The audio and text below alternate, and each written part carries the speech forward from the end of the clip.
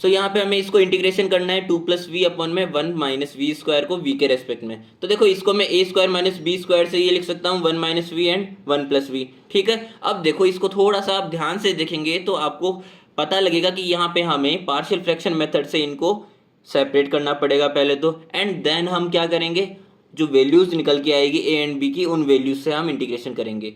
क्या बोला मैंने, देखो यहाँ पे फर्स्ट ऑफ ऑल तो हमारे पास जो डिनोमिनेटर है इसमें इन दोनों की जो पावर्स है ओवरऑल ये 1 है, इट मीन्स हमारे पास में नॉन रिपीटेड है। एंड लीनियर मैंने किस तरह से कहा कि यहाँ पे v की पावर 1 है, v की पावर 1 है, v स्क्वायर या v क्यूब नहीं है, तो मैं क्या कहूँगा कि लीनियर नॉन रिपीटेड फैक्टर्स है डिनोमिनेटर में। अब इस केस में हमें किस तरह से फैक्टर्स करने होते हैं, देखिए a अपॉन में 1 माइनस वी हो जाएगा, एक को ले लिया, चाहे आप इसको पहले ले लो या इसको पहले ले लो, प्लस में b अपॉन में 1 प्लस वी हो जाएगा, एंड हमें इसको v के रेस्पेक्ट में इंटीग्रेट करना ही है।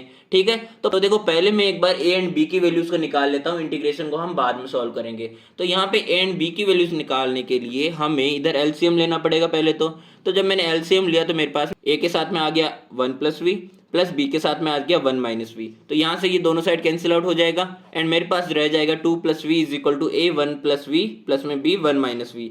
अब यहाँ से आपको ए एंड बी की वैल्यूज को कैलकुलेट करना है। तो देखो जब आप v की वैल्यू को 1 रखेंगे ना तो मेरे पास में जो b के साथ में एक्सप्रेशन है ना वो मेरे पास 0 हो जाएगा, इट मीन्स मेरे पास a की वैल्यू निकल के आ जाएगी। तो जब मैं v इज इक्वल टू 1 रखूंगा तो मेरे पास में यहाँ पे आ जाएगा 3 इज इक्वल टू 2a। ठीक है, तो a की वैल्यू आ गई मेरे पास में 3/2। एज इट इज जब आप v की वैल्यू को -1 रखेंगे तो मेरे पास में a की वैल्यू 0 हो जाएगी, a वाला जो एक्सप्रेशन है उसकी वैल्यू 0 हो जाएगी, तो मैं b की वैल्यू को कैलकुलेट कर सकता हूँ। तो मेरे पास में b के लिए जब यहाँ -1 रखा तो यहाँ पे तो 2b हो जाएगा, इज इक्वल टू यहाँ पे v इज इक्वल टू -1 रखा तो 2 - 1 1 हो गया, तो यहाँ से b की वैल्यू 1/2 आ गया। अब देखो a और b की जो वैल्यूज आई है इन वैल्यूज को मैंने हमें यहाँ पे रखना है। ठीक है, जब हम यहाँ पे रख देंगे तो हमारे पास क्या रहेगा, ओनली इंटीग्रेशन करना बाकी रहेगा।